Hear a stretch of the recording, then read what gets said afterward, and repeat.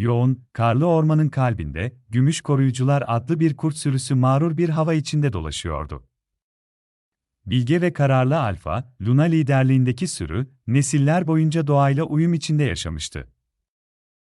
Ancak olağanüstü sert bir kış, kurtları açlık sınırına iterek yaşam mücadelesine sürükledi. Açlık, Luna'nın sürüsünü içsel olarak kemirirken, bir kader gecesinde av kokusu keskin burunlarına ulaştı.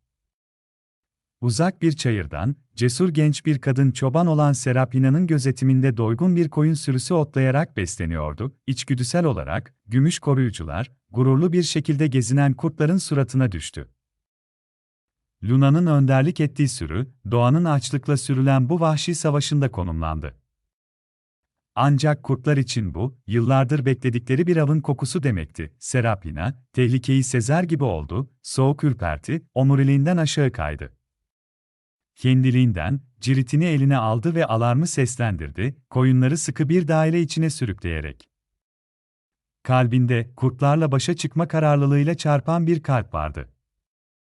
Ancak Serapina'nın gözlerindeki kararlılıkla, açlıkla itilen kurtların içgüdüsel hırsı arasında bir çatışma başladı. Kurtlar, ileri doğru saldırırken, Serapina ciritini bir patırtı ile savurarak ilk saldırı dalgasını savuşturdu. Gümüş koruyucular, pes etmeyen bir çobanın karşısında bile, hedefine ulaşma kararlılığıyla yeniden bir araya geldi. Luna, sürüsünün hayatta kalma isteğini ve çobanın cesaretini tanıyan bir an için tereddüt etti. Çayır, bir savaş alanına dönüştü, kurtlar koordineli saldırılarını başlatırken, Serapina sürüsünü savunmak için kahramanca mücadele ediyordu.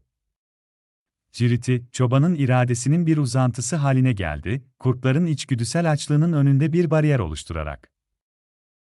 Kaosun ortasında, bir gerçeklik Luna'ya doğru ulaştı, çoban sadece koyunlarının değil, yaşamın da bir bekçisiydi.